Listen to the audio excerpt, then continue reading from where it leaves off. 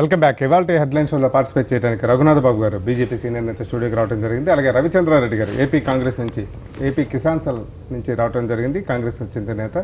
అలాగే గౌతమ్ రెడ్డి గారు వైఎస్ఆర్సీపీ నేత, కాసేపట్లో విజయవాడ నుంచి లైవ్లో పార్టిసిపేట్ చేస్తారు. ముఖ్యంగా నిన్న ఐరోపా మరోసారి ఉగ్రవాదుల దాడిని పడింది. పెద్ద ఎత్తున బాంబు పేలుళ్లు జరిగాయి.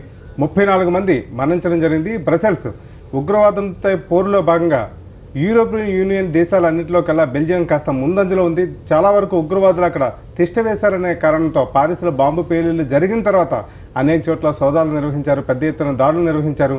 పారిస్ పేలుళ్ల కుట్రదారుకు ప్రధాన సూత్రధార అయిన ఒక వ్యక్తిని కూడా అరెస్ట్ చేయడం జరిగింది. ఇది జరిగిన కొన్ని గంటల్లోనే ఎయిర్పోర్ట్తో పాటుగా సబ్ స్టేషన్లో అంటే మెట్రో స్టేషన్లో పెద్ద ఎత్తున బాంబు పేలుడు సంభవించింది.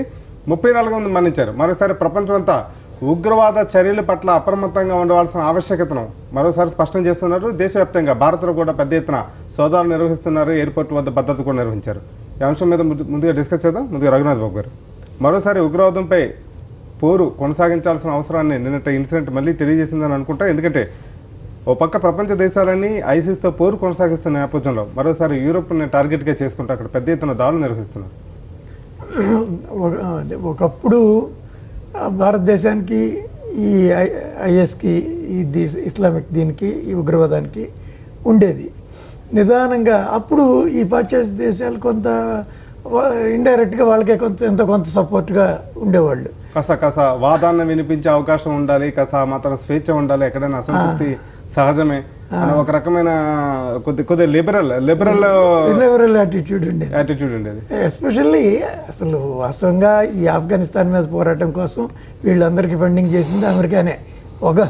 అయితే ఎప్పుడైతే ఆఫ్ఘనిస్తాన్ ఇష్యూ అయిపోయిందో వీళ్ళు ఈ తయారైన వాళ్ళు తయారు చేసిన భూతం ఊరికే కూర్చోదు కాబట్టి ఆ భూతం మిగిలిన ఇప్పుడు దేశాల మీద పడింది. ఇప్పుడు ఆ నొప్పేదో వాళ్ళకి తెలుస్తుంది.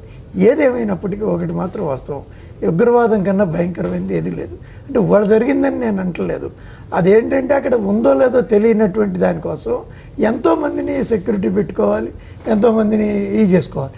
ఎక్కడో ఎప్పుడో ఒకడొచ్చి చేసేదానికోసం ఒక 1000 మందిని పెట్టుకున్నా సరిపోనటువంటి విషయం. అయితే ఎడ్యుకేషన్ లెవెల్స్ పెరిగే కొద్దీ, లేకపోతే ఈ ఇన్కమ్స్ లెవెల్స్ పెరిగే కొద్దీ ఇవన్నీ కూడా కొంత తగ్గుముఖం పడతాయి ఆశిద్దాం. కాబట్టి ఈ ఒక పక్క అన్ఎంప్లాయ్మెంట్, దీనికి ఉన్న ప్రధానమైన సమస్యల్లో అన్ఎంప్లాయ్మెంట్, తర్వాత యూరోప్ లాంటి దేశాల్లో నిరుద్యోగం పెద్దగా ఉండకపోవచ్చు కానీ బట్ ఒక సిద్ధాంతీకరణ ప్రకారంగా ఒకరిపై పోరు చేయాలి ఖచ్చితంగా. ఈ యూరోప్ దేశాలు ఏవైతే ఉన్నాయో ఇవన్నీ కూడా చాలా వరకు ముస్లిం దేశాలను టార్గెట్గా చేసుకున్నాయి, లేకపోతే సిరియాలో పలానా వర్గానికే మద్దతు ఇచ్చాయని ఒక రకమైన ఏదైతే భావన ఉందో, అతి తీవ్రవాద భావన ఉందో, ఆ భావజాలానికి చాలా మంది అట్రాక్ట్ అయ్యి ఇలాంటి దాడులకు పాల్పడుతున్న ఇన్సిడెంట్ చాలా వరకు కనిపించాయి. ఎందుకంటే ఇప్పుడు పట్టుబడ్డ వాళ్ళు కానీ లేకపోతే పోలీసులు అదుపులో తీసుకున్న వ్యక్తులు కానీ అన్ఎడ్యుకేటెడ్ కాదు, నిరుద్యోగం లేకపోవడం కాదు, ఇతరత గతంలో ఆ దేశాలకు వచ్చి స్థిరపడిన వాళ్ళే, ఆ దేశాలని వాళ్ళని ఆదరించిన వాళ్ళే. చాలా యూరోప్ దేశాలు చాలా లిబరల్గానే ఉంటాయి. బయట నుంచి వచ్చిన వాళ్ళందరికీ కూడా చాలా ఇదిగానే చేస్తుంటారు. కానీ మరి అటువంటి చోట కూడా ఇలాగే జరగటం, దీనికి ప్రపంచవ్యాప్తంగా కూడా వన్ వాయిస్ ఒకే గొంతు ఉండాలి, వారి అవసరాలు ప్రయోజనాల కోసం కాకుండా మళ్ళీ ఎక్కడికక్కడ రకరకాలు మాట్లాడకుండా ఒకే దీని మీద ఉండి ఉగ్రవాదం అణిచివేయటానికి అన్ని రకాలు ఒకరికొకళ్ళు సహకరించుకోవటమే కాకుండా వాళ్ళు వెలివేసిన పద్ధతుల్లో కూడా తీసుకురావాలి అని, మళ్ళీ దీన్ని ముస్లిం యాంటీ ముస్లిం కింద తీసుకురావాలని కాదు. ఇక్కడ దురదృష్టం ఏంటంటే కొంతమంది ఏదో ఉగ్రవాదం మీద మాట్లాడుతుంటే ముస్లిమ్స్కి వ్యతిరేకంగా మాట్లాడుతున్నట్టుగా భావించాల్సిన అవసరం లేదు. సఫరర్స్లో కొందరు ముస్లిమ్స్, మొన్న ఢిల్లీలో జరిగిన సూఫీ ఉత్సవాల్లో కూడా పెద్ద ఎత్తున ఉగ్రవాదానికి ముస్లింకి అసలు సంబంధం లేదు, మతాన్ని దైవత్వాన్ని రెండు మించింది ఉగ్రవాదం, ఇప్పుడు మించి ముందుకెళ్ళిపోయింది, సో దాన్ని కౌంటర్ చేయాల్సిందని ఒక రకమైన పిలుపునివ్వడం జరిగింది. అదే అటువంటి ధోరణి వస్తే అప్పుడు దీన్ని ఎంతో కొంత అరికట్టడానికి కొంతైనా అవకాశం ఉంటుంది.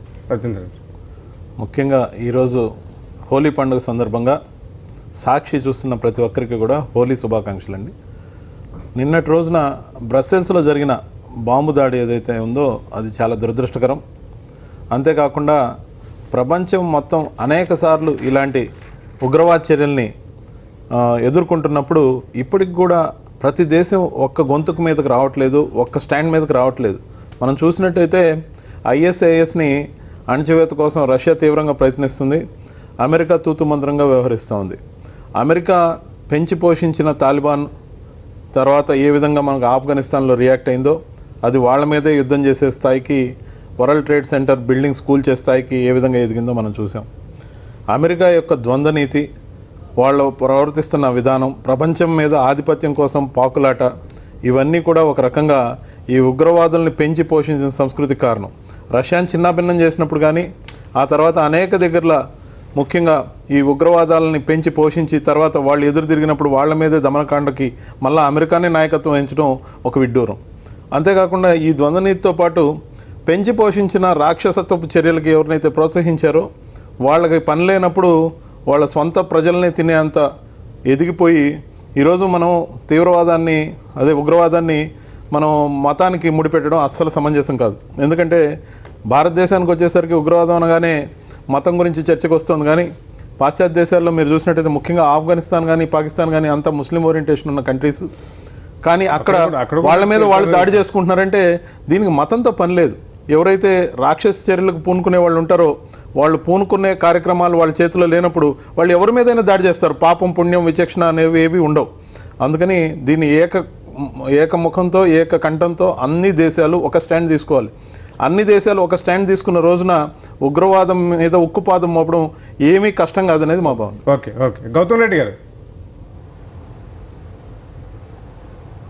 సార్, ఈ బ్రసెల్స్లో మరోసారి ఉగ్రవాదుల పెద్ద ఎత్తున ఈ దాడులకి సంబంధించినంత వరకు ఉగ్రవాదం, అదేవిధంగా మతోన్మాదం పేట్రేగిపోయి ముందుకు వస్తున్నటువంటి సందర్భంలో ఉగ్రవాదానికి చేయూతనివ్వటం అనేది జరుగుతుంది. ఎప్పుడైతే మత తీవ్రవాదుల్ని అణిచేటువంటి క్రమం తీసుకొస్తారో, సర్వమత సమానత్వాన్ని నెలకొల్పడానికి గాను ప్రభుత్వాలు కానీ ఇతర సంస్థలన్నీ కూడా ముందుకొస్తాయో ఆనాడు ఉగ్రవాదాన్ని కూడా అణించడానికి ఈజీగా ఉంటుంది. ఇవాళ ప్రభుత్వాలు సైతం ఉగ్రవాదానికి చేయూతనిచ్చి ముందడుగు వేసి ముందుకు పంపించేటువంటి సందర్భం కూడా మన అనేక సందర్భాలు అనేక దేశాల్లో కూడా చూస్తున్నాం. ప్రజాస్వామికంగా ఉండేటువంటి దేశాల్లో అది కొద్దిగా తగ్గుముఖంగా ఉండొచ్చు, కానీ ఇతర పాకిస్తాన్ లాంటి దేశం కానీ లేకపోతే అమెరికా లాంటి దేశాలు కానీ ఈ ఉగ్రవాదాన్ని పెంచడానికి ఇండైరెక్ట్గా సపోర్ట్ చేయడానికి, అమెరికా లాంటి వాళ్ళైతే పెంచడం ఉండదు కానీ సపోర్ట్ చేసేటువంటి క్రియ మాత్రం ఉంటుంది. దీనివలన సమాజానికి నష్టం చేకూరేటువంటి పరిస్థితి ఉంటుంది. తాత్కాలిక ప్రయోజనాలు ఏమన్నా కనుక ఆ దేశాలకు జరగచ్చేమో, కానీ పర్మనెంట్గా మాత్రం పూర్తి స్థాయిలో మానవ సమాజానికి అరిష్టం కలిగేటువంటి పరిస్థితి ఉంటుంది. ఇది తీవ్రంగా సమాజంలో ఉండేటువంటి ప్రతి ఒక్కరిని కూడా ఖండించాల్సినటువంటి అవసరం ఉంటుంది. దీనికి తోడు భారతదేశంలో కూడా అనేక కోట్ల మంది జనాభా ఉండేటువంటి దీంట్లో కూడా నిఘా వ్యవస్థని మరింత పటిష్టం చేసుకోవటం మంచిది. నిఘా వ్యవస్థకి అత్యధికమైనటువంటి నిధులు కేటాయించడం కూడా మంచిదే. దానివల్ల ఉపయోగం లేకపోతే మొత్తం ఊరికినే ఖర్చు అయిపోతున్నాయి అనేటువంటి చెప్తారు, కానీ పెద్ద ఎత్తున కెలామిటీ జరిగేటువంటి ముందే జాగ్రత్తగా కనుక వచ్చినట్లయితే ఆటోమేటిక్గా వాటన్నిటిని కూడా ఆపటానికి, ప్రాణ ఆస్తులన్నింటినీ రక్షించడానికి కూడా వీలుపడేటువంటి పరిస్థితి ఉంటుంది అనేటువంటిది నాకున్న అభిప్రాయం. ఓకే హెచ్సిఏలో మరోసారి ఉద్రిక్తత పరిస్థితులు ఏర్పడ్డాయి. మొత్తంమందికి విద్యార్థి సంఘాలు పెద్ద ఎత్తున ఆందోళన నిర్వహిస్తున్నాయి. దాదాపు 26 మంది విద్యార్థులను అదుపులోకి తీసుకున్నారు, రిమాండ్ కూడా పంపించారు. మొత్తంమందికి హెచ్సిఏలో మళ్ళీ మునుపటి పరిస్థితులు కనిపించడం పట్ల పెద్ద ఎత్తున ఆందోళన వ్యక్తమవుతుంది. దీనిపై చర్చించే ముందు కాసేపు బ్రేక్ తీసుకుందాం. బ్రేక్ తర్వాత హెచ్సిఏ అంశంపై డిస్కషన్ కొనసాగుతుంది. హెచ్సిలో మళ్లీ పరిస్థితులు ఉద్రిక్తంగా మారే పెద్ద ఎత్తున విద్యార్థులు ఆందోళన దిగుతున్నారు. వీసీ అప్పారావు నిన్న ఛార్జ్ తీసుకోవడాన్ని వ్యతిరేకిస్తూ పెద్ద ఎత్తున విద్యార్థులు ఆందోళన దిగారు. ఈ సందర్భంలో లాఠీ చార్జ్ కూడా జరిగింది. రఘునాథ్ బాబు గారు, హెచ్సిలో మళ్లీ ఒకసారి పరిస్థితులు దిగజారు. వాస్తవంగా విద్యార్థుల అనేక డిమాండ్లలో వీసీని తొలగించాలి అనేది మొదటి డిమాండ్. 2, ఈ గవర్నింగ్ కౌన్సిల్ ఏదైతే ఉందో పాలక మండలిలో మిగతా వర్గాలకి సరైన ప్రాతినిధ్యం లేదు, ఇది ఏకపక్ష ధోరణితో ఉంది, అందులో ఖచ్చితంగా మార్పులు చేర్పులు చేయాలని ఒక రకమైన అంశం. ఈ రోహిత్ వేముల ఆత్మహత్య ఘటన తర్వాత 2 నెలల పాటు లాంగ్ లీవ్లో వెళ్ళిన వ్యక్తి హఠాత్తుగా తిరిగి ఛార్జ్ తీసుకోవడం ఏంటి? దీని వెనక ఏమైనా జరిగిందా, నడుస్తుందా, కథ ఏమైనా నడుస్తుందా, లేకపోతే విద్యార్థులతో సంప్రదించి జరిగిందా, లేకపోతే ఇదివరకు వేసిన కమిటీ రిపోర్ట్ రాకుండానే ఒక్కసారిగా ఎట్లా జరుగుతుందనేది విద్యార్థులు చేస్తున్న ఆరోపణ. ఏదైనా విద్యార్థులు అక్కడ హై హ్యాండెడ్గా వెళ్తున్నారనేది నా భావం. ఎందుకంటే రోహిత్ ఆత్మహత్య అందరికీ బాధాకరమే. ఒక కుర్రాడు చనిపోవడం అనేది అది చాలా దురదృష్టకరమే. అయితే దాన్ని ఎక్స్ప్లెనేషన్ అంతా కూడా ఇవ్వటం జరిగింది. ఏ పరిస్థితుల్లో ఆ కమిటీ వేసి ఆ కమిటీ రిపోర్ట్ ఇచ్చి ఆ తర్వాతే సస్పెండ్ చేసినట్టు, లేకపోతే హాస్టల్ నుంచి బహిష్కరణ చేసినట్టు అవన్నీ కూడా స్పష్టంగా ఇవ్వటం జరిగింది. అది జరిగిన దానికి సరే దాని మీద అన్ని రకాల విచారణ చేస్తున్నారు. యావత్ దేశం అంతా కూడా దీన్ని ఒక సీరియస్ ఇష్యూగా తీసుకుంది. ఇట్లాంటి ఒకవేళ నిజంగా తప్పులుంటే అవి పునరావృతం అయ్యేటటువంటివి లేకుండా జాగ్రత్తలు కూడా ఉంటాయి. కానీ ఒక వీసీని ఇంకా పని చేసుకోనీయకుండా వాళ్ళది డిక్టేటింగ్ లాగా వాళ్ళే గవర్నింగ్ లాగా ఉండటం ఇది మాత్రం కరెక్ట్ కాదు నా ఉద్దేశంలో. ఈ చివరికి ఏంటంటే కొన్ని ఈ విశ్వవిద్యాలయాల పేరిట ఇవన్నీ కూడా కొంతమంది చేతుల్లోకి మరి డబ్బులు ఇచ్చేది ప్రభుత్వం, అది నడుపుతుంది ప్రభుత్వం. మరి అటువంటి వాటిల్లో ఈ రకమైన ప్రభుత్వ అనుకూల సంఘాలు, ప్రభుత్వ అనుకూల విద్యార్థులు ఇష్టం వచ్చినట్టు చేసుకోవచ్చు, కానీ వ్యతిరేకంగా ఉన్న సంఘాలు, వ్యతిరేకంగా ఉన్న విద్యార్థులు వాళ్ళ ఇష్టం వచ్చినట్టు చేసుకోకూడదు. ఏది న్యాయం ఏది అన్యాయం అనేది థిన్ డిఫరెన్సే ఉంటుంది. ఇప్పుడు ప్రభుత్వానికి ఏమో అనుకూలం అటువంటి వాళ్ళు చెప్పి రైట్గానే అనిపిస్తుంటాయి. లేదా ఇక్కడే డైరెక్ట్గా మాట్లాడితే ఇక్కడ వాళ్ళు చెప్పి వాస్తవంగా కనపడుతుంటాయి. రెండో సింపుల్ ప్రశ్న రఘునాథ్ బాబు గారు, ఒక వ్యక్తి మీద కొన్ని ఆరోపణలు వచ్చాయి, కేంద్ర ప్రభుత్వం ఒక కమిటీ వేసింది దాని మీద విచారణ. ఆ కమిటీ విచారణలో ఉండగా, ఇంకా దర్యాప్తు చేస్తుండగా, అదే రోహిత్ వేముల ఆత్మహత్యకు సంబంధించి విషయాలను వెలికి తీసే పనిలో ఉంటుండగా దానికి బాధ్యుడు, ఆ ఘటనకి ఇతనే బాధ్యుడు అని ఒక రకమైన విద్యార్థుల నుంచి పెద్ద ఎత్తున ఆరోపణ ఎదుర్కొంటున్న వీసీని తిరిగి యూనివర్సిటీకి తీసుకురావడం ఎలాంటి సంకేతాలను ఇస్తుంది? అసలు యూనివర్సిటీలో ప్రశాంతంగా ఉండాలనే సంకేతం ఇవ్వదలుచుకున్నారా, లేకపోతే మేము చెప్తున్నది మీరు విని తీరాల్సిందే అనే సంకేతం ఇవ్వదలుచుకున్నారా? ఇప్పుడు నాకు తెలిసి అసలు ఆయన బాధ్యుడు కానే కాదు. ఎందుకు కాదంటే ఆ నిర్ణయం తీసుకుంది ఒక కమిటీ. ఆ కమిటీ ఎంక్వైరీ చేసి ఈ రోహిత్ని హాస్టల్ నుంచి కొన్నాళ్ళ పాటు బయటికి పంపాలని నిర్ణయం తీసుకుంది.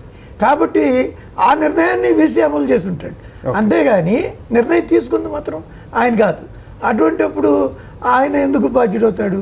వాళ్ళ నిజంగా రోహిత్ ఆత్మహత్య చేసుకోవడానికి ముందు నేరుగా ఒక లేఖనే వీసీకి రాసి మీరు కాస్త విషయం ఇవ్వండి అని చెప్పి కూడా ఆ లేఖలో రాశాడు. అంటే తీవ్ర ఒత్తిడి ఎదుర్కొంటున్న నేపథ్యంలో వీసీ అనే వ్యక్తి అప్పటి పరిస్థితులను సద్దుమణిగించాల్సి ఉండాల్సింది, స్వయంగా రంగంలోకి దిగి ఉండాల్సింది, స్వయంగా చర్చలు జరిపి ఉండాల్సింది. అలా కొన్ని రకమైన అభిప్రాయాలు కేవలం ఒక రాజకీయ పార్టీ కాదు కదా, దేశవ్యాప్తంగా ఉన్న అనేక రాజకీయ పార్టీలు వచ్చి ఇక్కడ సంఘీభావం తెలిపే. తృణమూల్ కాంగ్రెస్ వచ్చింది, సిపిఐ వచ్చింది, సిపిఎం వచ్చింది, తర్వాత కేజ్రీవాల్ వచ్చారు, ఇతరత్ర అనేక మంది ఎమినెంట్ పర్సనాలిటీస్ కూడా అక్కడ నిపుణులైన వాళ్ళు వచ్చి ఈ అభిప్రాయాన్ని వ్యక్తం చేసిన తర్వాత ప్రభుత్వం వీటిని పట్టించుకున్నట్టు ఏం కనిపించలేదనేది విద్యార్థుల ఆందోళన. అదే ఒక వ్యక్తి అందులో రీసెర్చ్ స్కాలర్ చనిపోవటం అంటే అది దురదృష్టం కాబట్టి, లేకపోతే బాధాకరం కాబట్టి దేశంలో అందరూ కూడా వచ్చారు. కానీ ఎన్నో చోట్ల ఎక్కడో జరిగిన వాటిల్లో ఇట్లాంటివి ఇంకా కూడా ఉండొచ్చు. కానీ వాటికంటే ఇక్కడ ఎక్కువ మోర్ దెన్ ఇది కూడా పబ్లిసిటీ కూడా ఇక్కడ వచ్చింది. సరే, రోహిత్ వేముల కేసు దేశవ్యాప్తంగా సంచలనమైన దాని తర్వాత దాని పట్ల జరిగిన రాజకీయ ఒత్తిడి, ఏబీవీపీకి అనుకూలంగా బీజేపీ ప్రవర్తించిన తీరు, ఇద్దరు కేంద్ర మంత్రులు ఎప్పుడైతే ఒత్తిడి రూపంలో రాసిన లేఖలు కావచ్చు అవి ఎంతో ప్రభావితం చేసిన తర్వాత అతను ఆత్మహత్యకు పురికొల్పిన దాంట్లో వీసీకి కూడా అంతో ఇంతో పార్ట్ ఉందని చెప్పి ఆరోపణలు రావడం, ఆరోపణలు ఇవన్నిటి మీద న్యాయ విచారణ జరగాలని చెప్పి పట్టుబట్టి కాంగ్రెస్ పార్టీ నుంచి వైస్ ప్రెసిడెంట్ రాహుల్ గాంధీ గారు 1-2 సార్లు ఒకసారి నిరాహార దీక్ష కూడా చేశారు, ఉదయం నుంచి సాయంత్రం వరకు సంఘీభావంగా. ఈ క్రమంలో ఎంక్వైరీ అయితే నడుస్తుంది. పార్లమెంటు ఉభయ సభల్లోనూ దీని గురించి తీవ్రంగా చర్చ జరిగినంత పెద్ద ఇష్యూ ఇది.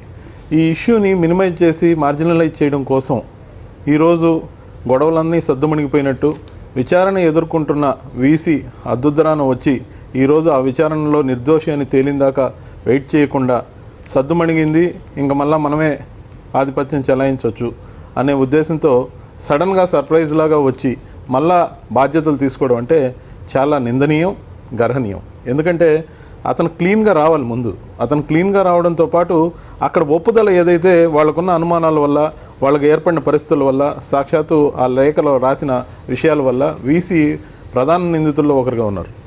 దాని మీద ఎంక్వైరీ పూర్తి కాకముందే ఆ విధంగా రావడం వల్ల విద్యార్థుల్ని చులకన చేసినట్టు అక్కడ కనపడి ఆ విద్యార్థులందరూ కూడా హై హ్యాండెడ్నెస్కి ప్రవర్తించడం జరిగింది. కానీ ఎవరైనా విద్యార్థులైనా మరింకోరైనా కానీ హై హ్యాండెడ్నెస్ మాత్రం ఉండకూడదనేది మా అభిప్రాయం. ఓకే ఓకే గౌతమ్ రెడ్డి గారు. సార్, ఎస్సీలో పరిస్థితులు మీరు చూసాం. యూనివర్సిటీస్లో జరుగుతున్నటువంటి చెప్పండి కంటిన్యూ చేయండి. యూనివర్సిటీస్లో ఈ దేశంలో జరుగుతున్నటువంటి అనేకమైనటువంటి చర్యల్లో వెలుగులోకి వచ్చినటువంటిది ఈ నాగార్జున యూనివర్సిటీయో లేదంటే కనుక హెచ్సి లాంటివి. ఇవి జరిగేటువంటి క్రమంలో ఇందాక వారు చెప్పినట్టుగా ప్రభుత్వాలు నడుపుతాయి, ప్రభుత్వాలే డబ్బులు ఇస్తాయి, ప్రభుత్వాలే నియమిస్తాయి. కానీ ఎవరి కోసం నియమిస్తారు, ఎవరి కోసం యూనివర్సిటీలు ఉంటాయి అని అంటే అవి విద్యార్థుల కోసం అనేటువంటిది, విద్యార్థుల భవితవ్యం కోసం అనేటువంటిది ఉండాలి. రెండోది, ఉద్యమ దిశగా కానీ లేకపోతే ఉడుకు రక్తంతో ఉండేటువంటి విద్యార్థులు అక్కడ చదువుకునేటువంటి వాళ్ళకి అసౌకర్యం కలిగినటువంటి సందర్భంలో, మనస్తాపం కలిగినటువంటి సందర్భంలో ఉద్యమ రూపేణా కానీ మరొక రూపేణా కానీ కూడా తెలియజేసినటువంటి సందర్భాల్లో వాటిని పరిష్కరించేటువంటి దిశగా ఉండవు. అటువంటప్పుడు వీసీ అనేటువంటి వాళ్ళు వద్దు అనేటువంటి దానికి అన్నప్పుడు కావాలని పట్టుబడి తీసుకురావడానికి గల కారణం ఏంటండి? డిస్ప్యూట్ క్రియేట్ చేయడానికే కదా. గవర్నమెంట్ అనేటువంటిది ప్యాసిఫై చేయడానికి ఉండాలి కానీ ప్రెస్టేజ్గా తీసుకుంటానికి వీల్లేదు. నేను ఈ దేశంలోనే ఏ ఒక్కళ్ళు కూడా ఎన్నికల్లో గెలవనేటువంటి పద్ధతిలో 2 సార్లు యూనివర్సిటీకి ప్రెసిడెంట్గా అయ్యా. నా 3 సంవత్సరాల కాలంలో 3 వీసీలు మారారు. మేము చెప్పే సిరీస్ ఆఫ్ దీని ప్రకారంగా వీసీ ప్రవర్తన విధానం, కుల సంఘాలను ఏ రకంగా ప్రోత్సహిస్తున్నారు, ఏ రకంగా యూనివర్సిటీ అభివృద్ధికి కుంటుపడుతున్నారు, అవినీతి ఏ రకంగా జరిగింది అనేటువంటిది కూడా మేము చెప్పడం జరిగింది. 3 వీసీలు మార్చడం అనేటువంటి జరిగింది మేము చెప్పినటువంటిది, మేము చేసిన యాజిటేషన్ ద్వారా 80s. కానీ ఇదే పద్ధతిలో ఇవాళ జరుగుతున్నటువంటి ఈ యాజిటేషన్లో చనిపోయినటువంటి ఆయన లెటర్ రాసినటువంటి విధానం, ఉద్యమం సాగుతున్నది దేశవ్యాప్తంగా జరుగుతూ ఉంది. దేశవ్యాప్తంగా విద్యార్థులే కాకుండా డైరెక్ట్గా రాజకీయ ప్రముఖులు కూడా వచ్చి పాల్గొనేటువంటి సందర్భంలో కనీసమైనటువంటి బాధ్యత కలిగినటువంటి ప్రభుత్వం ఈ వీసీని అక్కడ ఉండకపోతే ఏంటంటే నష్టం ఏంటి? వచ్చేటువంటి నీకు ఆర్థిక పరిస్థితిగా, లేకపోతే యూనివర్సిటీకి ఇతను ఒక్కడే నిష్ణాతుడా, ఈ లేకపోతే ఆ యూనివర్సిటీ జరగదా అనేటువంటి పద్ధతి ఏమైనా ఉందా చెప్పండి. అది లేకుండా విద్యార్థుల మధ్య తగాదా పెట్టేటువంటి పద్ధతి, లేకపోతే వ్యవస్థల మధ్యన తగాదా పెట్టేటువంటిది, ప్రెస్టేజ్కి పోయి ఈ ప్రభుత్వం తీసుకునేటువంటి నిర్ణయం సరైనటువంటి కాదు. ఇప్పటికైనా చెప్తున్నాం, అది ఏదైతే ఎలిగేషన్ వచ్చిందో ఎలిగేషన్ అయినా కానీ కూడా తీరకుండానే ఆయన తీసుకొచ్చేసి మళ్ళీ ఆ చైర్లో కూర్చోబెట్టడం సరైనటువంటి కాదు. ఇంతమంది పోలీసుని యూనివర్సిటీ క్యాంపస్లోకి తీసుకురావడం అంటేనే, అసలు క్యాంపస్లోకి పోలీసులు రావటం అంటేనే చాలా దారుణమైనటువంటి సంఘటన. విద్యార్థులని లాఠీలతో కొట్టి ఇసిరేసి పడేసేటువంటి పద్ధతి చేస్తూ ఉన్నారు. అది చేశారు కాబట్టే 4 రాళ్ళు వేయటం అనేటువంటి జరిగింది. కానీ విద్యార్థులు ఎప్పుడు కూడా విధ్వంసానికి ముందుండరు. ఎప్పుడైతే కవ్వింపు చర్యలు కనుక తీసుకుంటారో ఆ కవ్వింపు చర్యల ద్వారా మాత్రమే జరిగేటువంటి పరిస్థితి. ఎక్స్పీరియన్స్డ్ పర్సన్గా కూడా చెప్తున్నా, ప్రతిరోజు కూడా అవసరమైతే యాజిటేషన్స్ జరుగుతాయి. కానీ ఏం జరిగేది అన్ని యూనివర్సిటీస్ కోసం కూడా జరగవు. ప్రభుత్వంలో జరిగేటువంటిది గానో ఇంకోటో జరుగుతుంది. అన్నీ సక్రమంగా ఉంటే విద్యార్థుల భవిష్యత్తు కూడా సక్రమంగా ఉంటుంది. దానికి గాను ప్రాతిపదికలు తయారు చేయాలి కానీ ఈ రకంగా చేయడం మంచిది కాదు. ఇప్పటికైనా వీసీ గారిని వెనక్కి పంపించి కొత్త వారిని, అది బీజేపీ ప్రభుత్వానికి సంబంధించినటువంటి వాళ్ళ లేకపోతే ఇంకోళ్ళని ఎవరైనా వేసుకున్నా కానీ పర్లేదు, కానీ డిస్ప్యూట్ క్రియేట్ అయినటువంటి ఆయన్ని వేయడం మంచిది కాదండి. ఓకే ఓకే ఓకే రఘునాథ్ బాబు, 2 పాయింట్లు. ఒకటి, యూనివర్సిటీలో పరిస్థితి ఉద్రిక్తంగా ఉన్నప్పుడు తిరిగి తీసుకురావాల్సిన అవసరం ఏమొచ్చింది? నెంబర్ 1. నెంబర్ 2, యూనివర్సిటీలో ప్రత్యేకమైన పోలీసు విభాగం ఉంది. అక్కడ శాంతి భద్రత నిర్వహణ కోసం వాళ్ళకు ప్రత్యేకమైన పోలీసు వ్యవస్థ ఉంది. అది సెంట్రల్ యూనివర్సిటీ. బయట ఉన్న పోలీసులు ఎంటర్ కావడం అంత ఈజీ కాదు. కానీ ఉదయం 10 గంటలకల్లా పోలీసు అక్కడికి వెళ్ళిపోయి 100 మంది ర్యాపిడ్ యాక్షన్ ఫోర్స్ దిగడం వెనకట్లా ముందస్తు వ్యూహం ఏమనుందా? వీసీ ఎలాగా వస్తారు కాబట్టి, విద్యార్థులు ఎలాగా ఆందోళన చేస్తారు కాబట్టి, లేదా అణచేద్దాం అని చెప్పి ఒక ముందస్తు పన్నాగం పన్నారా, లేకపోతే ముందస్తు పథకం వేశారా అనే ఒక రకమైన అనుమానాన్ని విద్యార్థులు చాలా మంది వ్యక్తం చేస్తున్నారు. అంటే ఏదైనా ఈ ఇష్యూ మాత్రం it is blown out of ఇది ప్రపోర్షన్, అట్లా పెరిగిపోయింది. అది ఒకటి వాస్తవం ఇది. ఎందుకంటే ఇందాక మీరే చెప్పారు ఎంతమంది దేశ నాయకులు వచ్చారు అనేదాన్ని. అందుకని సరే ఏదేమైనప్పటికీ కూడా ఈ సంబంధిత మంత్రి స్మృతి ఇరానీ గారు ఆమె చాలా వివరంగా కూడా మొత్తం జరిగినవన్నీ కూడా పార్లమెంట్లో కూడా చెప్పడం జరిగిన తర్వాత ఇక ఎక్కడో చోట దీనికి ఒక ముగింపు కూడా ఉండాలి అని ఒకవేళ రేపు ఎంక్వైరీలో వీసీ తప్పని తేలితే తప్పకుండా నో డౌట్ ఇది ప్రెస్టేజ్గా పోయి ఆయన వేయాలనేది అది కొంత తప్పుగా కనపడవచ్చు, దాన్నేమి నేను కాదంటలేదు. కానీ ఆమె అంత వివరణ కూడా ఇచ్చిన తర్వాత రేపు మళ్ళీ ఎంక్వైరీలో తేడా వస్తే యాక్షన్ ఎటు తీసుకోవచ్చు. కానీ అప్పటి వరకు ఆయన తప్పు అనేది కూడా కరెక్ట్ కాదు కదా, అది ఒక పాయింటే కదా. ఆయన సైడ్ నుంచి కాసేపు మనకు కూడా ఆలోచిస్తే నిజంగా చేసింది రికమెండ్ ఎంక్వైరీ చేసింది ఒక కమిటీ. ఇక్కడ అలాంటి పరిస్థితుల్లో డెమోక్రటిక్ ప్రాసెస్ అనేది ఒకటి ఉంటుంది. వాళ్ళు పిలిచి మాట్లాడు, ఇదిగో మేము ఇంతవరకు చేస్తాం, ఈ కమిటీ జరుగుతుంది, ఈ కమిటీ వచ్చిన తర్వాత ఇది నిర్ణయం తీసుకుంటాం, మీరు అంతవరకు కాస్త మీ తరగతిలో నిర్వహణ కానీ ఇతరత్ర యూనివర్సిటీ పరిపాలనకు అడ్డు రాకుండా ఉండండి, నేను తరపున హామీ ఇస్తున్నాను అని చెప్పి ఒక కేంద్ర మానవ వనరుల శాఖ అభివృద్ధి శాఖ నుంచి ఒక సీనియర్ అధికారో లేకపోతే ఎవరో వచ్చి విద్యార్థులతో మాట్లాడుంటే ఇవాళ ఇక్కడ జరిగిన ఇన్సిడెంట్ మళ్ళీ మిగతా యూనివర్సిటీలు కూడా వ్యాపించి మళ్ళీ అక్కడ కూడా క్లాసులు జరిగిన పరిస్థితి, అక్కడ కూడా పరిపాలన సరిగ్గా జరిగిన పరిస్థితి, ఇట్లాంటి క్రియేట్ అయ్యే అవకాశాలు చాలా ఎక్కువ ఉన్నాయి. అలా చేసుంటే బాగానే ఉండేదేమో. దాన్నేమి ఎవరైనా కన్సిలేషన్లో వెళ్తానంటే వద్దని ఎవరు ఉండరు.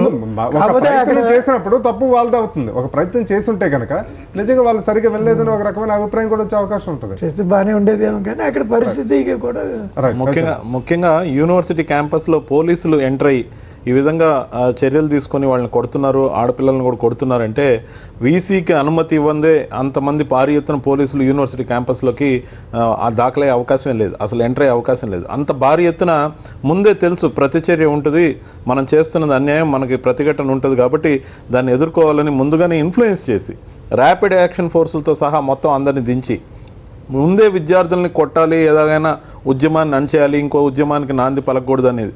ఈ రోజు వరకు మనం చరిత్ర గమనించినట్టయితే విద్యార్థి ఉద్యమాలను ఎప్పుడు పోలీస్ చర్యలతో మాత్రం అణచివేయడం సాధ్యం కాదు. ఆ విధంగా సాధ్యం అవుతుంది అనుకుంటే మన జేఎన్యూలో కూడా అంత జరిగేది కాదు. ఇప్పటికైనా రియలైజ్ అయ్యి పట్టుదలకి ప్రతిష్టలకి పోకుండా మనం చూసినట్టయితే నాగార్జున యూనివర్సిటీలో ఏం జరిగింది, ఆయన ఆ వీసీ గారిని అరెస్ట్ చేశారు. మొన్నటిదాకా అతని పాత్ర లేదని చెప్పిన వాళ్ళు బాబురావు గారి గురించి ఆయన అరెస్ట్ చేయడం జరిగింది. ఆ విధంగా ఈయనకు కూడా అరెస్ట్ అయ్యే అవకాశం ఉంటుందేమో. మీరు ఇన్ఫ్లుయెన్స్లు తగ్గించి సక్రమంగా 4-5 నెలల తర్వాత 4-5 నెలల తర్వాత కావచ్చు, కనీసం ఏమీ లేదు అతని పాత్ర లేదని ఖండించిన తర్వాత అతను అరెస్ట్ చేయడం జరిగింది. ఈరోజు అలాంటి పరిస్థితులు ఇతనికి రావచ్చు. లేదు, మీరు పట్టుదలకు ఎందుకు పోతున్నారు, అందరికీ సమ్మతి లేని వీసీని మీరు బలవంతంగా ఎందుకు విద్యార్థుల మీద రుతున్నారు అంటే ఏబీవీపీకి అనుకూలంగా ఉండే వీసీ కావాలనేది వీరి ప్రయత్నంగా కనపడతా ఉంది. ఒక స్టూడెంట్ విభాగం మెప్పుదల కోసం మీ పార్టీ అనుచర విభాగమైన ఏబీవీపీ కోసం మీరు దయచేసి పనిచేయద్దు. ఈ విషయాల్లో పంతాలకు పోకుండా బీజేపీ ప్రముఖులు కూడా ముఖ్యంగా ఇక్కడ ఉన్నవారితో సహా ప్రతి ఒక్కరు ఆలోచించాలి, ప్రతి ఒక్కరూ న్యాయబద్ధంగా పోవాలి. వీసీని ప్రస్తుతానికి ఏ భయము లేనట్టయితే 2 నెలల పాటు వీసీ గారు ఎందుకు పారిపోయారు? ఆ రోజు వీసీ సెలవు మీద ఎందుకు వెళ్ళాలి? ఉద్రిక్తలు తగ్గించడం కోసం 2 నెలలు వెళ్ళిపోయారు. అంటే ఉద్రిక్తలు తగ్గినాక సమస్య పరిష్కారానికి ముందే వచ్చి మళ్ళీ బాధ్యతలు ఎలా చేపడతారండి? వెళ్ళిపోయిన వాళ్ళు లాంగ్ లీవ్ అలాగే వెళ్ళిపోవాలి, లేదా వేరే దగ్గరికి పోవాలి, లేకపోతే వేరేగా అకామిడేట్ కావాలి. ఈ 2 నెలలు వేరే వీసీలతో నడిపినప్పుడు ఏం యూనివర్సిటీ జరగలేదా, నడవలేదా? మరి తగ్గిన ఉద్రిక్తని మళ్ళీ పెంచి పోషించే క్రమం మీరు ఎందుకు చేస్తున్నారు? అంటే ఎక్కడో ఎలక్షన్ వస్తుంది మళ్ళీ రెచ్చగొట్టే విధానమా? గౌతమ్ రెడ్డి గారు సార్, దేశవ్యాప్తంగా జరిగినటువంటి ఇష్యూని మరలా ఒకసారి తెర మీద తీసుకొచ్చి గందరగోళం సృష్టించడం సబబు కాదు. విద్యార్థుల సంఘాలు ఉంటాయి, చర్చలు జరపచ్చు, వాటిపైన చేయొచ్చు. కానీ ఒక వ్యక్తి పైన అభియోగం మోపినప్పుడు ఆ వ్యక్తినే తీసుకొచ్చి మళ్ళీ వైస్ ఛాన్సలర్గా కూర్చోపెడితే ఎంత ప్రభావితం చేస్తారండి? విద్యార్థుల్ని కానీ వారి భవిష్యత్తుని కానీ ప్రభావితం చేసేటువంటి కక్షపూరితంగా కూడా వ్యవహరిస్తారు ఆ వీసీలు. తీసుకుంటారు సార్ గౌతమ్ రెడ్డి గారు, అలాంటి వీసీలు ఎంత కక్షపూరితంగా వ్యవహరిస్తారో చెప్పండి సార్. తప్పేంటి అసలు? చాలా చాలా కక్షపూరితంగా కూడా వ్యవహరించే అవకాశాలు ఉంటాయని ఒక రకమైన అభిప్రాయం.